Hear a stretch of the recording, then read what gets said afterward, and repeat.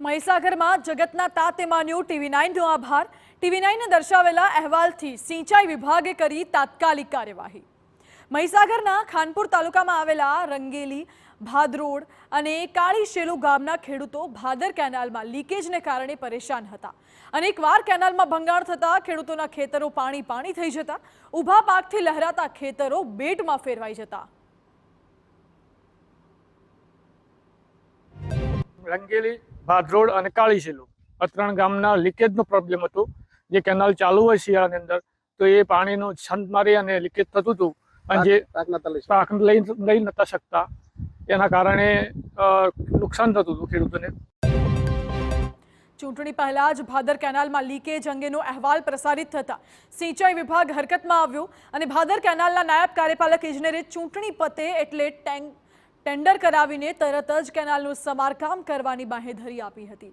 હાલ 20 લાખના ખર્ચે કેનાલનું પાકું ચણતર કરવામાં આવ્યું છે। હાલ એ જગ્યાએ આપણે જો જૂના સ્ટ્રક્ચર તોડી નવા આપણે લાઇનિંગ કરવાની કામગીરી ચાલી રહી છે અને એનું અંદાજિત રકમ લગભગ 20 લાખ જેટલી છે। સાહેબ, હવે ખેડૂતોને આનાથી કોઈ સમસ્યા આવશે નહીં?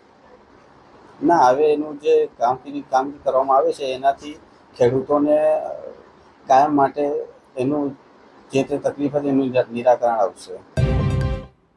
ભવિષ્યમાં કેનાલનું પાણી હવે ખેતરમાં નહીં ઘૂસે અને ખેડૂતોને નુકસાન વેઠવાનો વારો નહીં આવે।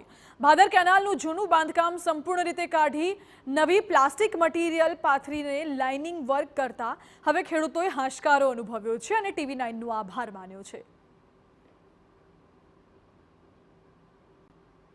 TV9નો ખૂબ ખૂબ આભારી છીએ। જે લીકેજનું કામનું જે બતાવ્યું અને જે 4 ગામોમાં જે લીકેજ થતું હતું પાણી ભરાતું હતું એ હવે બંધ થઈ જશે એટલે TV9નો ખૂબ ખૂબ આભારી છે।